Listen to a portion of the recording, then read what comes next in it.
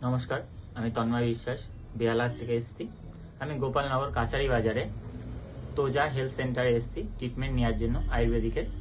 আমি ফেসবুকে কিছু ভিডিও দেখেছি দাদার, যে আমি আমার মুখে ডার্ক স্পট, বয়সের ছাপা পড়ে যাচ্ছে, আপনার স্কিন অয়েল হয়ে যাচ্ছে, পিম্পল অনেক প্রচুর পরিমাণে হয়ে যাচ্ছে। সেই কারণে দাদার কাছে ট্রিটমেন্ট নিতে এসেছি। দেখা যাক, আশা করি আমি আমার ভালোটা পাবো, বা দাদার বেস্টটা দেওয়ার চেষ্টা করবে। আশা করি ধরে হচ্ছে এটা। যতদিন আমার মেকআপ করা হয় ততদিন দেবো না।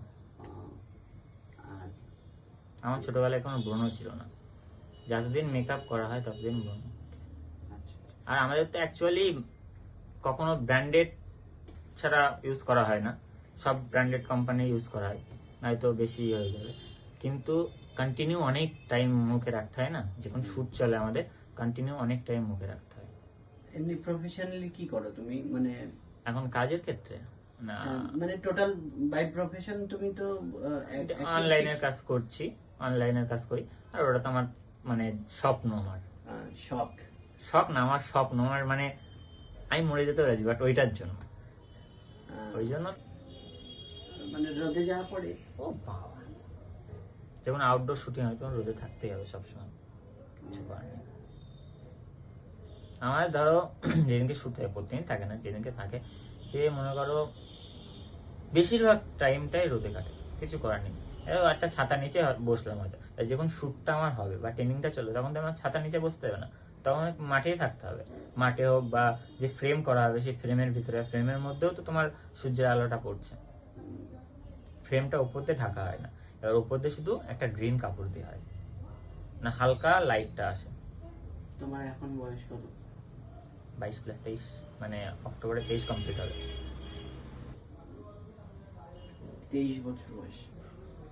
আরে এটা কতদিন শিখছো? 3 বছর, 20 থেকে আছে, মানে 20-র আগের থেকে। আর এই যে ছোট ছোট ব্রণ গুলো কতদিন ধরে হচ্ছে ফিল করছো বেশি? দেখো, প্রথম দিকে যখন মেকআপ শুরু হলো না, তখন মানে 1-2 মাস ভালোই ছিল, তারপরে না হঠাৎ মানে অতিরিক্ত হয়ে গেল। আর আমি অতিরিক্ত হওয়ার কারণ আছে, আমি গেলে দিতাম, মানে কখনো হয়নি মুখে, ঠিক আছে, হয়েছে আমি না টিপে টিপে গেলে দিতাম, ওই কারণে অ্যাকচুয়ালি অনেক হয়ে গেছে। আর আমি অ্যাকচুয়ালি মুখে কিছুই দিতাম না, অনলি ফর ওখানকার ড্রেস মানে জিনিস ছাড়া আমি বাড়িতে এসে শাঁখার গুঁড়ো দিতাম। আমার মা বলে যে শাঁখার গুঁড়োটাই বেটার, শাঁখার গুঁড়োটা দিতাম, তো ওটাও ভুলে যায় মাখার। আর শাঁখার গুঁড়োটা মাখলে না মুখটা পুরো সাদা হয়ে যায়, তো কোথাও বেরোনো যায় না, আর খসখস হয়ে যায় স্কিনটা, ওই কারণে আর ওটাও মাখা হয় না। এখন ন্যাচারালি শুধু আছে অনলি ফর আমার আছে হিমালয় ফেস ওয়াশ আছে, ওইটা দিয়েই মুখ ধুই, ব্যাস, আর কিচ্ছু আমাকে না। তোমার মুখে এই গর্ত গর্ত গুলো হয়ে যাচ্ছে না, এটা তোমার এই ট্রিটমেন্টটা নেওয়ার পরে ওগুলো সেরে যাবে, মানে ওই জায়গায় কি ঘন হয় না? তা হতে পারে, কিংবা টেস্টোস্টেরন লেভেল কম থাকতে পারে। কেন বলছি, আমার দাড়ি কিন্তু সেম এরকমই রয়েছে, মানে ঘন হয় না, ঠিক আছে। আর আমাকে ওই জন্য ফলস দাড়ি পড়তে হয়, জানো, কিছু করার নেই, কারণ আমার বোঝা যায় না ফলস দাড়ি বললে। ফলস দাড়ি পড়ে যায় না। মানে এমনই কিছু এমন ভাবে করা হবে না, তুমি মুখে কিচ্ছু বুঝতে পারবে না, কিছুই বুঝতে পারবে না যে ওটা তোমার নকল কি আসল। আচ্ছা, বাট আমার যদি অনেকের পড়ানো হয় না, তাদের যাদের ঘন দাড়িটা থাকে, কেন ক্যারেক্টারটা এমন থাকবে, তখন ঘন দাড়িটা লাগবে, তখন যেমন পাতলা দাড়িতে হবে না, ওই কারণে। ব্রণ মোটা মোটা হয়।